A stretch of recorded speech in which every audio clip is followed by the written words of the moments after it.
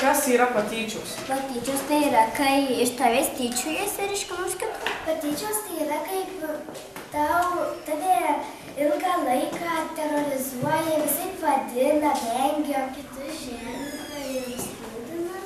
Ar esat kada nors turėję pravardę kokią nors? Pakelkit rankas tie, kurie turi kokią nors pravardę.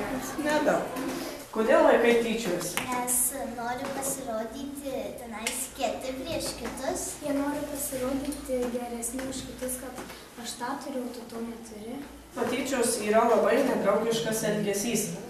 Kodėl vaikai turi elgtis draugiškai? Kaip jūs manote?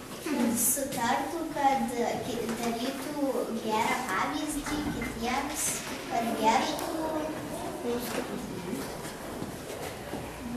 smagiau, jeigu visi bendrautų.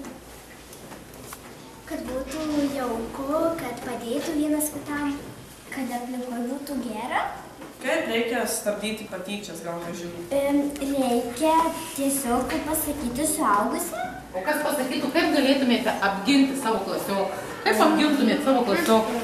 Na, Gustai, kaip tu apgintum? Pasakyti, ar tau patiktų, jeigu tau taip darytų. Pasakytų, dabar apsikeis vietom ir tu pasijausi kaip tas žmogus, iš kurio tu tyčiojasi. Pasakyčiau, kad taip negalima ir pasakyčiau, kad tu nesielg taip negražu. Iškviesti suaugusį. Aš taip pakviesčiau mokytoją ir paprašyčiau, kad jinai paaiškintų, kad tai blogai, kad taip negalima elgtis, bet galima ir pačiam paaiškinti. Aš paklausiau, kodėl tu jį muši, kas tau negerai, kad išspręsti tą bėdą. Pirmiausia, reikėtų pradėti nuo savęs.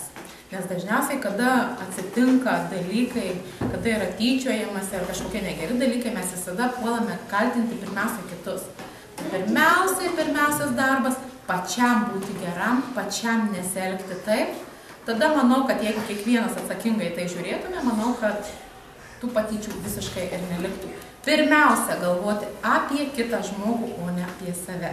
Nedaryk kitam to, ko nenorėtum, Kad tau darytų. Bendraukime be patyčių.